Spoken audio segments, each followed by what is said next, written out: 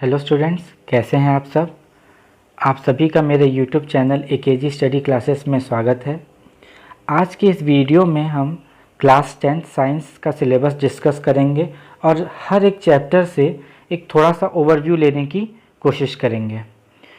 Video शुरू करने से पहले मेरा आप सभी से अनुरोध है कि जो लोग मेरे चैनल पर नए हैं या जिन लोगों ने अभी तक मेरे चैनल को सब्सक्राइब नहीं किया है वो प्लीज़ मेरे चैनल को सब्सक्राइब कर लें और लेटेस्ट अपडेट के लिए बेल आइकन दबाना ना भूलें। तो चलिए बिना किसी देरी के शुरू करते हैं।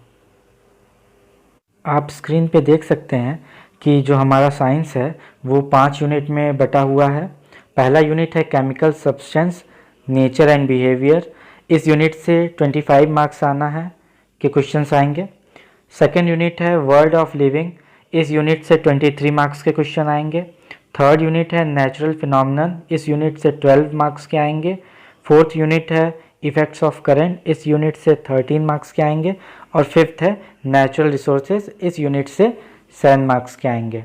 टोटल आपका 80 मार्क्स का थ्योरी पेपर होगा। 20 मार्क्स हमें इंटरनल असेसमेंट के मिलेंगे और इस तरीके से ये 100 मार्क्स का हो जाएगा।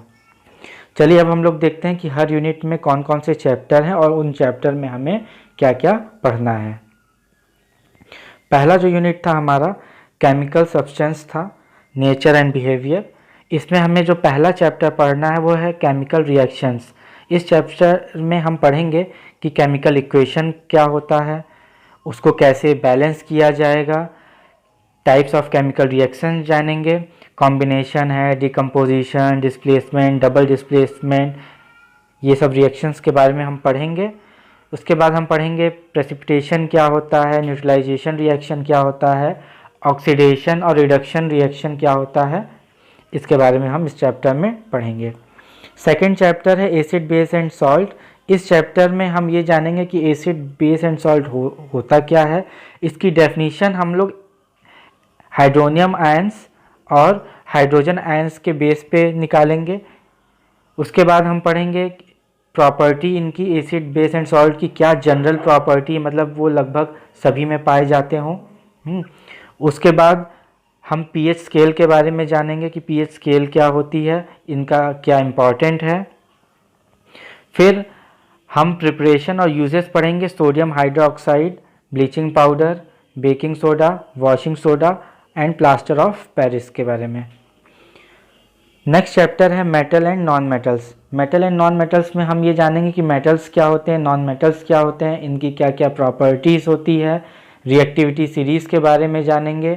फिर फॉर्मेशन और प्रॉपर्टीज़ के बारे में जानेंगे आयनिक कंपाउंड्स के। फिर मेटलर्जिकल प्रोसेस को जानेंगे कि कौन कौन से प्रोसेस से हमको ये मिल रहे हैं। फिर हम कोरोजन और क्या कहते हैं इसके प्रिवेंशन के बारे में जानेंगे कि हम अगर कोई चीज़ करोड हो रही तो उसको हम कैसे प्रिवेंट कर सकते हैं। अगर कोई मेटल हमारा करोड हो रहा है तो उसको हम कैसे प्रिवेंट कर सकते हैं। फिर हम कार्बन कंपाउंड के बारे में पढ़ेंगे। कार्बन कंपाउंड्स में हम ये जानेंगे कि जो कोवेलेंट बॉन्ड फॉर्म हो रहा है कार्बन में वो क्या होता है। इसके वर्सेटाइल नेचर को जानेंगे कि कार्बन अकेले मोर देन 80% जो भी चीज़ें बनती हैं, कंपाउंड या सब्सटेंस बनते हैं, उसमें 80% कार्बन्स के बने होते हैं, चाहे वो ह्यूमन बॉडी हो चाहे वुड हो, लगभग हर चीज़ 80% चीज़ें जो हैं कार्बन से बनी होती हैं। उसके बाद हम देखेंगे कि होमोलोगस सीरीज़ क्या होती है और मोस्ट इम्पॉर्टेंट हम कार्बन कंपाउंड्स का नॉमेनक्लेचर करना सीखेंगे, मतलब उसको नेमिंग करना सीखेंगे कि किस कंपाउंड कार्बन कंपाउंड को क्या पढ़ना है। इसके फंक्शनल ग्रुप्स के बारे में पढ़ेंगे जिसमें halogen, alcohol, ketones, aldehyde, alkenes and alkynes आते हैं। फिर हम लोग सैचुरेटेड और अनसैचुरेटेड हाइड्रोकार्बन्स के बारे में जानेंगे। उसके बाद हम कार्बन कंपाउंड्स की केमिकल प्रॉपर्टीज़ को जानेंगे, जैसे कि combustion, oxidation, addition, substitution reactions.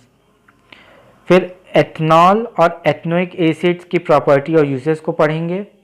Soap और डिटर्जेंट के बारे में पढ़ेंगे कि सोप क्या होता है, डिटर्जेंट क्या होता है, इसके मॉलिक्यूल्स क्या होते हैं, ये कैसे कपड़ों को साफ़ कर देते हैं, इन सब के बारे में हम लोग जानेंगे। नेक्स्ट चैप्टर जो है इस यूनिट का है वो है पीरियोडिक क्लासिफिकेशन ऑफ एलिमेंट्स। इसमें हम ये जानेंगे कि जो एलिमेंट्स हैं वो वेरियस ग्रुप में कैसे कैसे डिवाइड हुए हैं और जितने भी अटेम्प्ट हुए हैं उनके बारे में पढ़ेंगे। जैसे स्टार्टिंग में डोब्रेनस ट्रायड आया था, फिर न्यूलैंड्स लॉस ऑफ ऑक्टेव्स आया, फिर मेंडलीव्स पीरियोडिक टेबल आया, इन सब के बारे में पढ़ेंगे। उसके बाद हम जो अभी के फॉर्म का जो पीरियोडिक टेबल है यानी मॉडर्न पीरियोडिक टेबल है उसके बारे में जानेंगे।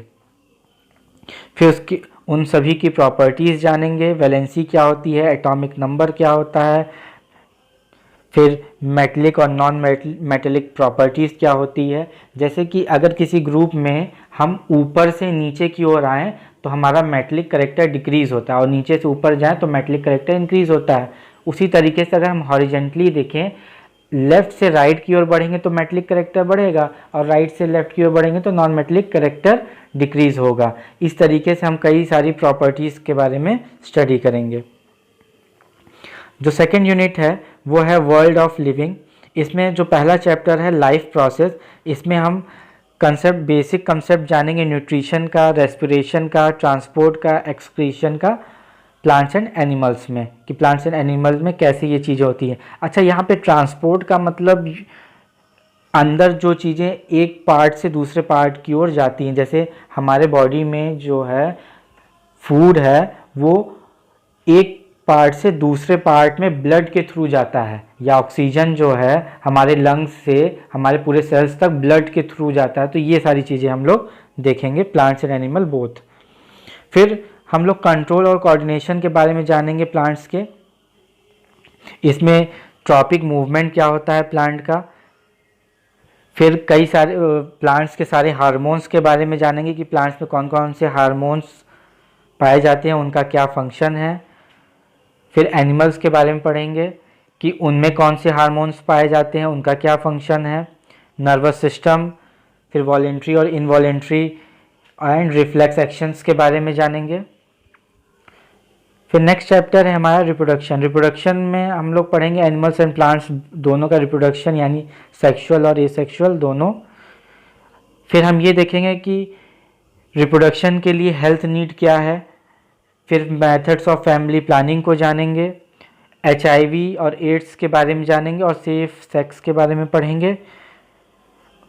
गर्भवती महिलाएं मतलब चाइल्ड बियरिंग और वुमेन्स हेल्थ के बारे में जानेंगे, गर्भवती महिलाओं के हेल्थ के बारे में जानेंगे।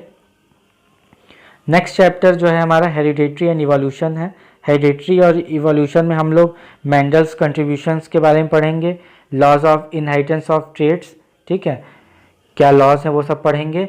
फिर सेक्स डिटर्मिनेशन पढ़ेंगे। सेक्स डिटर्मिनेशन मतलब कि लड़का होगा कि लड़की होगा, इसके बारे में जानेंगे। फिर हम लोग इवोल्यूशन के बारे में पढ़ेंगे कि इवोल्यूशन क्या होता है। हमारा जो थर्ड यूनिट है वो है नेचुरल फिनोमेनन। इसमें हम पढ़ेंगे reflection by light curve surface से, स्पेरिकल मिरर से जो इमेजेस फॉर्म हो रही हैं उसके बारे में स्टडी करेंगे। Centre of curvature, principal axis, principal focus, focal length, mirror formula, ये सब हम लोग पढ़ेंगे। अच्छा, इसमें हमको डेरिवेशन की ज़रूरत नहीं है, केवल हम जानेंगे कि होता कैसे है और कैसे निकालना है, और मैग्नीफिकेशन जानेंगे कि मैग्नीफिकेशन क्या होता है। फिर रिफ्रैक्शन में हमको पढ़ना है लॉज ऑफ रिफ्रैक्शन और रिफ्रैक्टिव इंडेक्स, अलग अलग सब्सटेंस का रिफ्रैक्टिव इंडेक्स के बारे में जानेंगे। फिर स्पेरिकल लेंस से जो रिफ्रैक्शन होता है उसके बारे में पढ़ेंगे।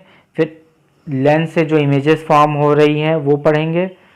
लेंस का फॉर्मूला देखेंगे कि हमको अगर निकालना हो उसकी पावर तो हम कैसे निकालेंगे। फिर मैग्नीफिकेशंस पढ़ेंगे। उसके बाद हम पढ़ेंगे ह्यूमन आई के लेंस का फंक्शन, कि कैसे ह्यूमन आई में जो लेंस है वो वर्क करता है। डिफेक्ट्स ऑफ विजन्स जानेंगे और उनका करेक्शन, मतलब जो हम लोग को आँख की प्रॉब्लम होती है कि हमें कभी दूर का नहीं दिखता, नज़दीक का नहीं दिखता, तो कैसे उन सब चीज़ों को दूर किया जा सकता है, उन सब के बारे में पढ़ेंगे। और स्पेरिकल मिरर और लेंसेज के और क्या क्या एप्लीकेशंस हो सकते हैं उसके बारे में हम लोग पढ़ेंगे इस चैप्टर में।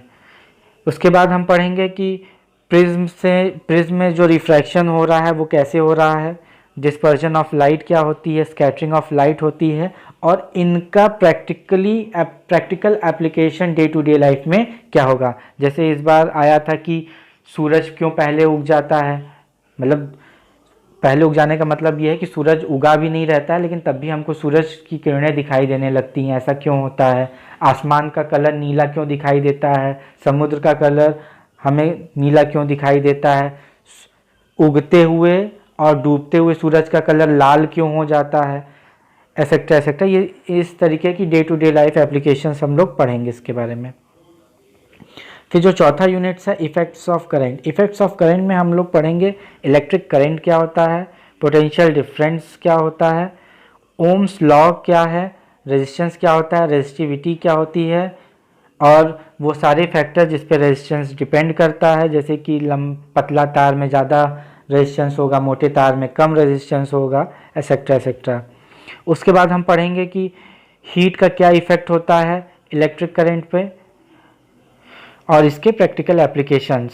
उसके बाद हम इलेक्ट्रिक पावर जानेंगे और power, potential difference, electric current और रेजिस्टेंस में क्या रिलेशनशिप है, मतलब PVIR में क्या रिलेशनशिप है, ये हम लोग पढ़ेंगे। नेक्स्ट चैप्टर में हम पढ़ेंगे मैग्नेटिक इफेक्ट्स ऑफ करंट।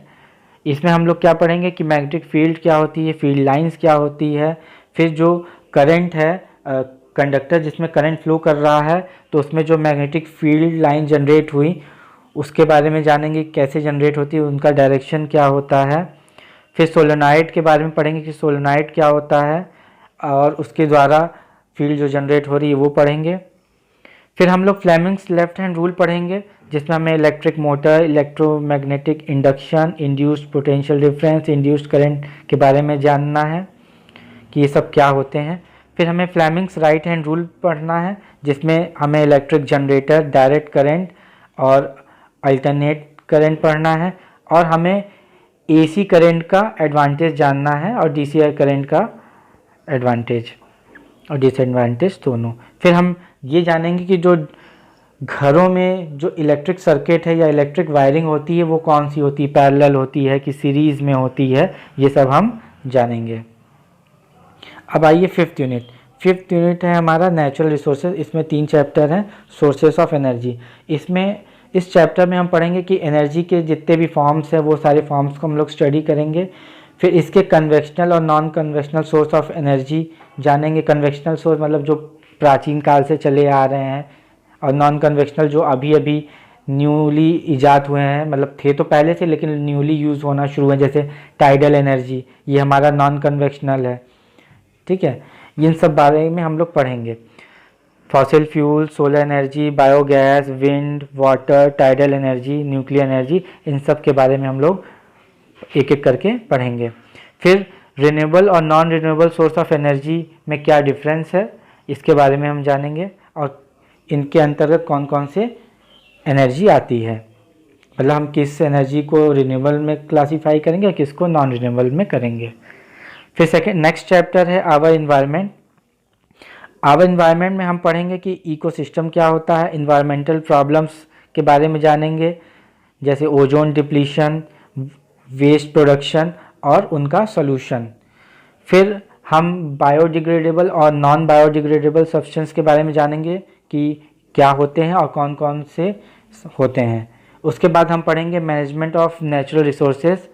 इसमें हम सीखेंगे कि नेचुरल रिसोर्स को कैसे कंजर्व करना है और इसका जुडिशियस यूज़, मतलब हम इसको कैसे अच्छे तरीके से यूज़ कर सकें, मतलब हम ऐसा यूटिलाइज करें जिसमें हमको कम से कम यूज़ करना पड़े और हमको मैक्सिमम यूटिलिटी मिले।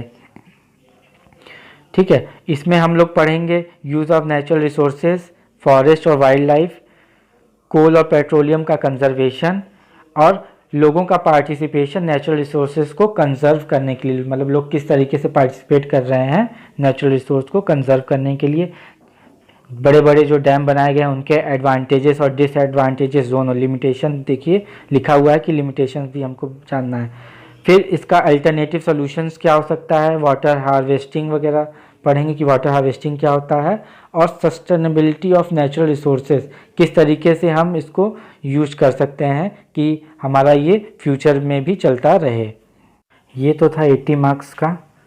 अब हम लोग देख लेते हैं कि प्रैक्टिकल में हमें क्या क्या पढ़ना है। देखिए आपकी स्क्रीन में दिख रहा होगा कि लिस्ट ऑफ एक्सपेरिमेंट्स हमें कौन कौन से स्कूल में एक्सपेरिमेंट करने हैं थ्योरी के साथ साथ। पहला जो एक्सपेरिमेंट है उसमें हमको पीएच वैल्यू फाइंड करनी है, dilute hydrochloric acid, NaOH solution, ethanoic acid, lemon juice, water और डाइल्यूट हाइड्रोजन कार्बोनेट सॉल्यूशन, इन सब की हमको पीएच वैल्यू फाइंड करनी है। उसके बाद हमको प्रॉपर्टीज़ बतानी है एसिड एंड बेस की, HCl और NaOH की। HCl और NaOH का जब हम रिएक्शन कराएंगे लिटमस सॉल्यूशन, जिंक मेटल और सोडियम कार्बोनेट से, तब जो प्रॉपर्टीज़ हम ऑब्जर्व करेंगे वो हमें बतानी है एसिड और बेस की। फिर जो नेक्स्ट हमारा एक्सपेरिमेंट हमें करना है, प्रैक्टिकल जो हमें करना है, वो हमको क्या कहते हैं, बताना है कि कॉम्बिनेशन रिएक्शन होगा, डिकम्पोजिशन, डिस्प्लेसमेंट या डबल डिस्प्लेसमेंट रिएक्शन, इन चारों में से कौन सा रिएक्शन होगा जब वाटर को क्विकलाइम से रिएक्ट कराया जाए, फेरस सल्फेट क्रिस्टल को जब हीट किया जाए, आयरन नेल को जब कॉपर सल्फेट सॉल्यूशन में डाला जाता है, और सोडियम सल्फेट और बेरियम क्लोराइड सॉल्यूशन का जब रिएक्शन कराया जाए। तो इन चारों रिएक्शन कैटेगरी या टाइप्स ऑफ रिएक्शन में से कौन सा ये रिएक्शन कंडक्ट करते हैं, कि कॉम्बिनेशन रिएक्शन शो कर रहे हैं कि डिकम्पोजिशन रिएक्शन शो कर रहे हैं, इसे हमें प्रैक्टिकली फाइंड आउट करना है। उसके बाद हमको जिंक, फेरस, कॉपर और एल्युमिनियम मेटल का एक्शन ऑब्जर्व करना है, zinc sulphate solution, ferrous sulphate, copper sulphate और एल्युमिनियम सल्फेट सॉल्यूशंस का, और उसके बाद हमको इसके रिएक्टिविटी के डिक्रीजिंग ऑर्डर में हमको लिखना है। जो हमको ये अबव रिएक्शंस को जब हम ऑब्जर्व करेंगे तो हमको इनका रिएक्टिविटी के हिसाब से हमको एक डिक्रीजिंग ऑर्डर में लिखना होगा। फिर चौथा जो है, हमको बताना होगा कि पोटेंशियल डिफरेंस और करंट में जो रिलेशन है उसके थ्रू हम रेजिस्टेंस को डिटरमाइन करेंगे और पोटेंशियल डिफरेंस और इलेक्ट्रिक करंट का ग्राफ प्लॉट करेंगे। नेक्स्ट प्रैक्टिकल जो है वो है हमारा, दो रेजिस्टर को जब कनेक्ट किया जाता है सीरीज और पैरेलल में, तो जो रेजिस्टेंस का जो प्रभाव आता है वो हमको इक्विवेलेंट रेजिस्टेंस निकालना है जब दो रेजिस्टर्स पैरेलल और सीरीज में कनेक्टेड हो।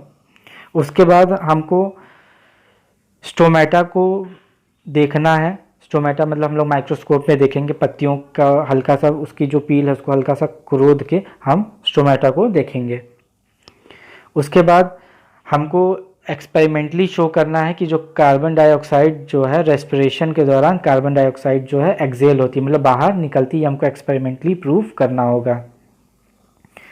नेक्स्ट जो है, हमको एसिटिक एसिड की प्रॉपर्टीज़ बतानी है, ठीक है, और जैसे कि उसका ऑर्डर क्या है, स्मेल क्या है, एसिटिक एसिड की सॉल्युबिलिटी क्या है वाटर में, इसका इफ़ेक्ट क्या होगा लिटमस पेपर पे, कि वो रेड पे कलर में होगा कि ब्लू में चेंजेस हो जाएगा, कि वो न्यूट्रल रहेगा, मतलब कोई चेंजेस नहीं आएगा। फिर हमको बताना होगा कि अगर एसिटिक एसिड को सोडियम हाइड्रोजन कार्बोनेट से रिएक्ट किया जाए तो क्या होगा, ठीक है। नेक्स्ट हमारा एक्सपेरिमेंट क्या है कि हमको सोप या डिटर्जेंट की जो क्लीनिंग कैपेसिटी है उसको बताना है, सॉफ्ट वाटर और हार्ड वाटर। सॉफ्ट वाटर क्या होता है, जिसमें मिनरल्स की मात्रा कम होती है, और हार्ड वाटर क्या होता है, जिसमें कैल्शियम वगैरह जो मिनरल्स होते हैं वो बहुत अत्यधिक मात्रा में होते हैं, जिसकी वजह से जो डिटर्जेंट या सोप होता है वो साफ़ नहीं कर पाता ठीक से। जैसे जो हमारा समुद्र का पानी है वो क्या है, हार्ड वाटर है, और जो हम लोग अंडरग्राउंड से निकाल रहे हैं या जो रिवर में मिल रहा है वो सॉफ्ट वाटर है। तो उसकी क्लीनिंग कैपेसिटी हमको बतानी है एक्सपेरिमेंट के थ्रू। उसके बाद हमको फोकल लेंथ डिटरमाइन करना होगा, कॉन्वेक्स लेंस का और कॉन्केव मिरर का, ठीक है। उसके बाद हमें क्लास लैब से जब हम लाइट पास कराएंगे तो वो कौन कौन से पाथ से होके गुजरी, तो उसको हमको ट्रेस करना, मतलब उसको मार्क करना है। मार्क करने के बाद हमें angle of incident, angle of refraction, angle of emergence और को बताना है कि कहाँ कौन कौन सा है, और फिर उसको मेजर करके बताना है कि कौन से एंगल की क्या वैल्यू आई। फिर हम देखेंगे कि बाइनरी फिजन क्या होता है, अमीबा का बाइनरी फिजन्स के बारे में स्टडी करेंगे। बडिंग ईस्ट एंड हाइड्रा में ईस्ट एंड हाइड्रा में बर्डिंग प्रोसेस को जानेंगे। ठीक है, ये हमें स्लाइड्स पे प्रिपेयर करनी होगी। फिर हमको ग्लास प्रिज्म के थ्रू जो रेज ऑफ लाइट रिफ्रैक्ट होकर गुजर रही है उसके पाथ को ट्रेस करके बताना है। फिर हमको क्या कहते हैं, कन्वेक्स लेंस से जो इमेज फॉर्म होगी जब हम ऑब्जेक्ट को अलग अलग पोजीशन पे रखें तो जो इमेज फॉर्म हो रही है कन्वेक्स लेंस के थ्रू उसका क्या डिस्टेंस है वो हमको बताना होगा। फिर उसकी प्रॉपर्टीज़ बतानी होगी और नेचर बताना होगा। नेचर का मतलब कि इरेक्ट है कि इन्वर्टेड है, रियल है कि इमेजिनरी है, मैग्नीफाइड है कि स्मॉलर देन ऑब्जेक्ट साइज है, एक्सेट्रा। उसके बाद हमको डाइकॉट सीड जैसे पी, ग्राम, रेड किडनी बीन्स के एम्ब्रॉय को आइडेंटिफाई करना, इसके पार्ट्स ऑफ एम्ब्रॉय को आइडेंटिफाई करना, मतलब पार्ट्स ऑफ सीड्स को हमको क्या करना है, आइडेंटिफाई करना है। ये था हमको प्रैक्टिकल में ये सब सारी चीज़ें पढ़नी है। अब हम लोग देख लेते हैं 20 मार्क्स का जो इंटरनल है वो हमें कैसे मिलेगा। ठीक है, इंटरनल असेसमेंट देखिए 20 मार्क्स दिया हुआ है जिसमें पीरियोडिक असेसमेंट का जो है 5 मार्क्स और प्लस 5 मार्क्स है। पीरियोडिक असेसमेंट में भी देखिए 5 मार्क्स हमको पेन पेपर टेस्ट का है। पेन पेपर टेस्ट का मतलब ये है कि जो क्लास में टेस्ट वगैरह होते हैं वो, बाकी दूसरा जो 5 नंबर है वो असेसमेंट के थ्रू मिलेगा, जैसे quiz, debate, role play, viva, group discussion, visual expression etcetera. इन सब पे हमको 5 मार्क्स मिलेंगे, मतलब पीरियोडिक असेसमेंट में टोटल 10 मार्क्स हो गए। फिर सब्जेक्ट इनरिचमेंट में हमारा प्रोजेक्ट वर्क है, जो भी हमको प्रोजेक्ट वर्क मिलेगा या प्रैक्टिकल वर्क जो हमने ऊपर बनाया है, प्रैक्टिकल फाइल बनाई, उसके अकॉर्डिंगली मिलेगा। फिर 5 मार्क्स पोर्टफोलियो का है। पोर्टफोलियो में हमने वर्क डन किया है कि नहीं, मतलब जो क्लास में हमको असाइनमेंट मिल रहा है, एक्टिविटी दी जा रही है, वो हम कर रहे हैं कि नहीं कर रहे हैं, एक्सेट्रा वगैरह, मतलब जो भी हमारा क्लासरूम में पार्टिसिपेशन है या अचीवमेंट है थ्रू आउट द ईयर, वो सब पे हमको 5 मार्क्स मिलेगा। टोटल 20 मार्क्स हो जाएगा और इस तरीके से साइंस का 100 मार्क्स हो जाएगा। आज के इस वीडियो में बस इतना ही, मिलते हैं नेक्स्ट वीडियो में। अगर आप सबको मेरा ये वीडियो पसंद आया है तो लाइक, सब्सक्राइब एंड शेयर करना ना भूलें और लेटेस्ट अपडेट के लिए बेल आइकन को प्रेस करना ना भूलें ताकि आपको सबसे पहले मेरे ये वीडियोस पहुँचें। Thank you.